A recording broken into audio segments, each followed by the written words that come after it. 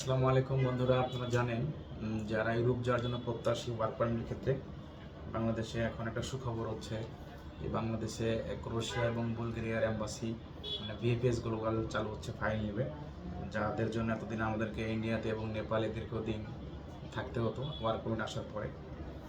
তো এই ইউরোপ কান্ট্রিতে ওয়ার্ক ভিসার একটা ফ্লো হচ্ছে এখন সার্বিয়া এবং কোসোভো পাশাপাশি ক্রোয়েশিয়া বুলগেরিয়া।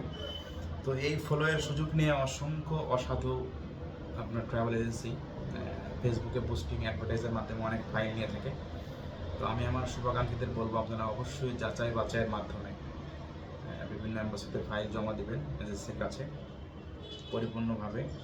এটাই আপনার কাছে আমাদের বার্তা। কারণ এই সুযোগটা কাজে লাগানোর জন্যই ফ্রড ব্যবসায়ীরা বিভিন্ন যারা ফেসবুকিং অ্যাডের মাধ্যমে প্রত্যন্ত অঞ্চল থেকে ধোঁকাবাজি করার জন্য একটা সুযোগ প্ল্যাটফর্ম খুঁজে পাইতেছে।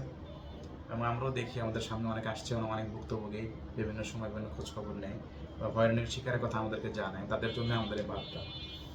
অবশ্যই জেনে বুঝে আপনারা আপনাদের ওয়ার্ক পারমিটের জন্য ইউরোপের কাজ করবেন, এটা আপনাদের সাবধানতা।